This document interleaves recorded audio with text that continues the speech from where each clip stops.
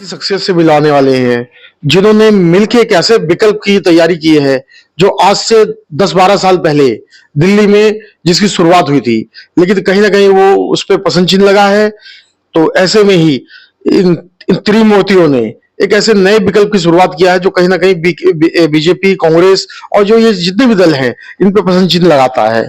तो मैं सबसे पहले आप लोगों को उसी विकल्प के जो प्रमुख हैं, उसके जो कप्तान हैं, मैं उनके पास आपको ले चलता हूं। वो अपना परिचय अपने आप देंगे। तो मैं सब अपना परिचय मैं अंशुल गुप्ता, राष्ट्रीय कन्नड़ पार्टी का राष्ट्रीय अध्यक्ष हूं और मैं प्रोफेशन बाय प्रोफेशन एक इंजीनियर हूं और पिछले 16-17 साल मैंने इंजीनियरिंग के साथ साथ समाज सेवा के क्षेत्र में भी कार्य किया है। आप तो शायद पहले बीजेपी में भी थे आप। जी, मैं बाल्यकाल से स्वयंसेवक हूँ। संघ मैं पहली बार शाखा गया था जब मैं 6 साल की आयु में था। उसके बाद लगातार मैं संघ का स्वयंसेवक बना रहा और आपको पता है कि जब चुनाव आते हैं तो संघ के स्वयंसेवक ही चुनाव के दौरान भाजपा के लिए एक बड़ा रोल प्ले करते हैं।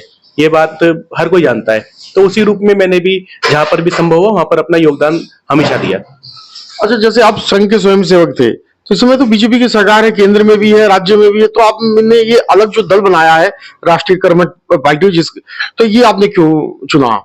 जी बिल्कुल, देखिए मेरा ये मानना है कि संघ का एक एक जो चरित्र है वो बहुत अच्छा चरित्र है। उसका कोई ऐसा चरित्र नहीं है कि वो कोई भ्रष्टाचार का निर्माण करे। बहुत ही स्वच्छ, अगर कोई चरित्र व्यक्ति निर्माण कार्य करे तो संघ कर रहा है। लेकिन जो एक राजनीतिक दल होता है उसकी अपनी एक कमियां होती हैं।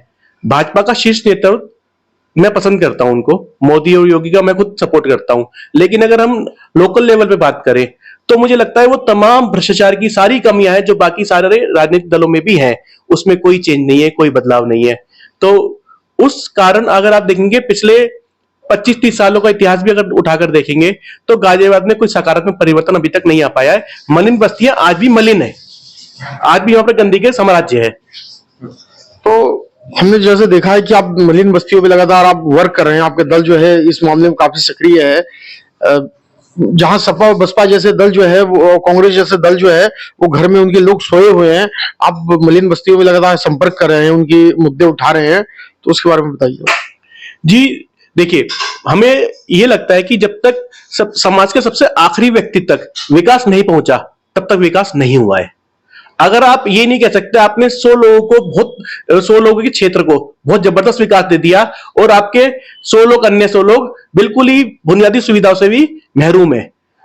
ये देखा गया है गाजियाबाद में कुछ क्षेत्र तो बहुत अच्छे हैं जो पाश इलाके हैं, हालांकि उसमें भी अलग अलग प्रकार की समस्या हमेशा लगी रही है, पर चलो एक बार को फिर भी हम कहते थे वो थोड़े से अच्छे विकसित है।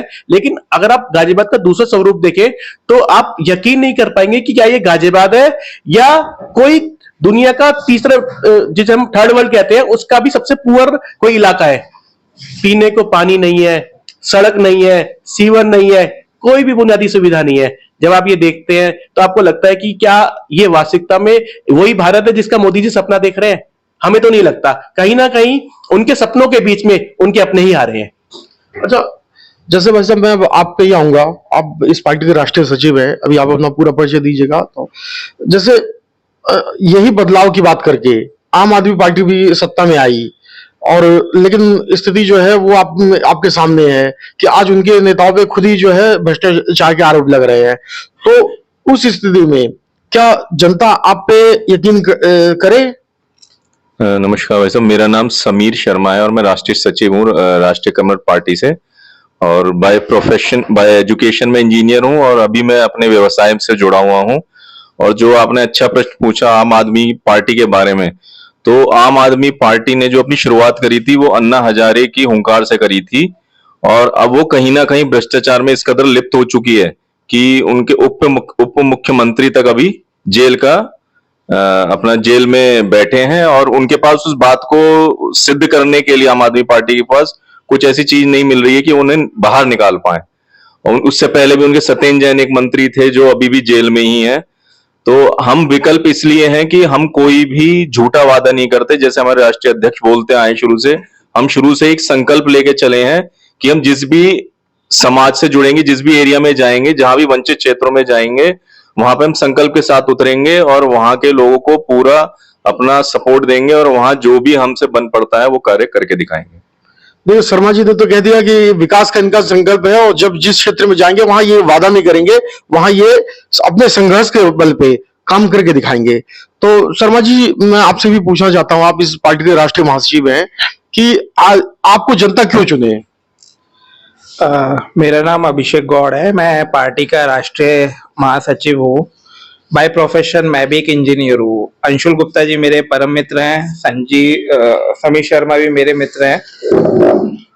जब ये मेरे पास आए, हम लोग शुरू से ही 15-20 सालों से सामाजिक कार्य करते आ रहे हैं without any political intervention. But अब हमें लग रहा है कि काफी गाजियाबाद में ऐसे एरियाज हैं जहाँ के लोग खुल के बाहर नहीं आते, अपने पार्षदों के पास पहुंचने से भी डरते हैं, बात पहुंचाने से भी डरते हैं।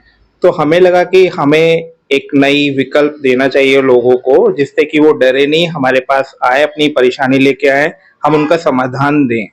क्योंकि काफी ऐसे एरिया हैं, बच्चों को मैंने रोते हुए देखा है, वहीं पे नाली का पानी आ रहा है, वहीं पे बैठ के वो खाना खा रहे हैं, बीमारियां हो रही हैं, लोग हमारे पास आ रहे हैं। तो इसलिए हमारी पार्टी वादा कुछ नहीं करती, संकल्प के साथ आगे बढ़ रही है। तो इसी उद्देश्य से अध्यक्षता, अंशुल जी की अध्यक्षता में हम आगे बढ़ रहे हैं।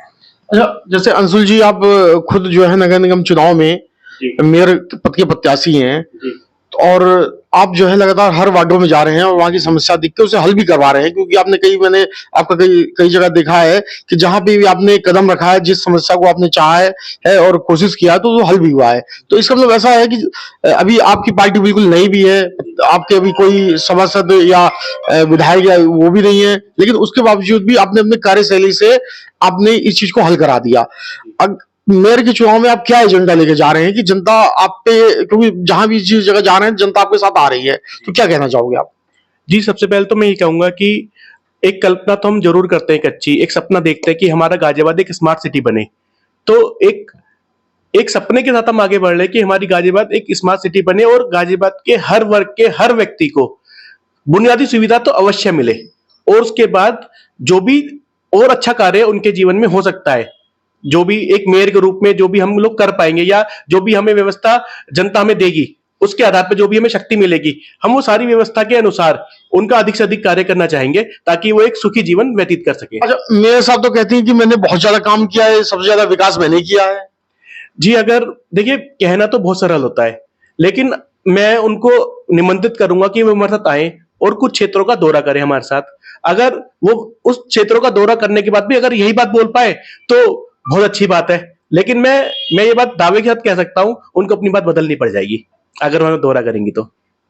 अभी मैं कई प्रत्याशियों के पास गया, तो जो बात आप कह रहे हो उसी को आगे बढ़ाते हुए मैं और भी आपसे दो बात कहूंगा। कई जगह कई प्रत्याशियों ने तो उनके लिए ये लगा रखा है कि लापता मेयर।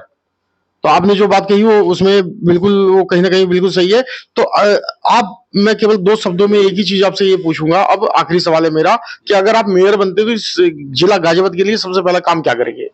जी, जिला गाजियाबाद के सबसे पहला काम, जितने भी मलिन बस्तियां हैं सबसे पहले वहां पर बुनियादी सुविधाएं दी जाएंगी। आज जो सीवर जाम की स्थिति है, आज जो गंदे पानी की समस्या है, आज स्ट्रीट लाइट काम नहीं कर रही, वो सबसे पहला काम उसी मलिन बस्तियों में जाकर उन सबको मलिन बस्ती की जगह एक अच्छी बस्ती बनाने का होगा।